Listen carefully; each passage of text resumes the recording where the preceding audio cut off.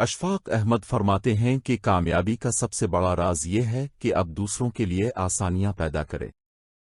جب آپ دوسروں کو سکون دیں گے تو آپ کو خود سکون ملے گا۔ زندگی کی خوبصورتی سادگی میں ہے۔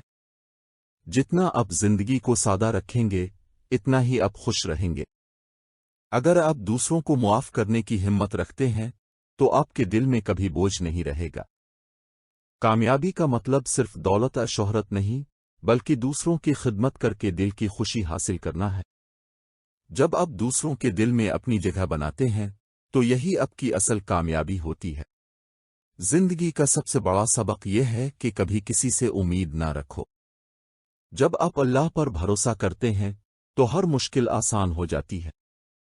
انسان کی اصل عظمت یہ ہے کہ وہ اپنے اندر کی خامیوں کو پہچانے اور انہیں دور کرنے کی کوشش کرے۔ دوسروں کے لیے وہی کام کرو جو تم اپنے لیے چاہتے ہو۔ یہ زندگی کا سب سے بڑا اصول ہے۔ پیسے کی دوڑ میں انسان اپنی اصل خوشیوں کو بھول جاتا ہے جبکہ حقیقی خوشی سادگی اور محبت میں چھپی ہوتی ہے۔ ہر شخص اپنی زندگی کا مالک خود ہوتا ہے۔ آپ کے فیصلے آپ کی زندگی کی سمت کا تعین کرتے ہیں۔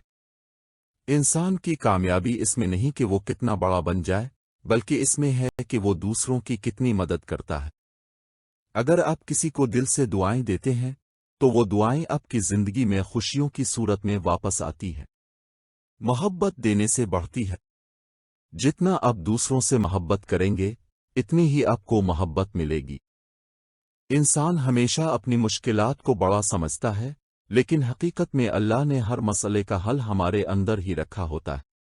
زندگی ایک امتحان ہے اور ہر مشکل آپ کو بہتر اور مضبوط بنانے کے لیے آتی ہے۔ جو انسان شکر کرتا ہے وہی حقیقی خوشی حاصل کرتا ہے کیونکہ شکر گزاری سے دل میں سکون اور اطمینان آتا ہے۔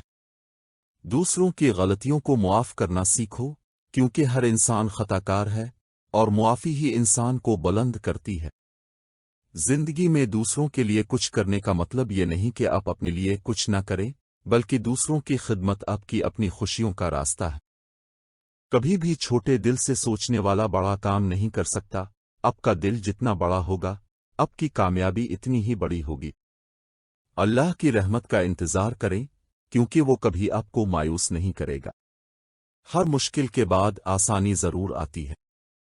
یہ اقتباسات اشفاق احمد کی زندگی اور فلسفہ کے گہرے نکات کو پیش کرتے ہیں جو انہوں نے اپنے پروگرام زاویہ میں بیان کیے۔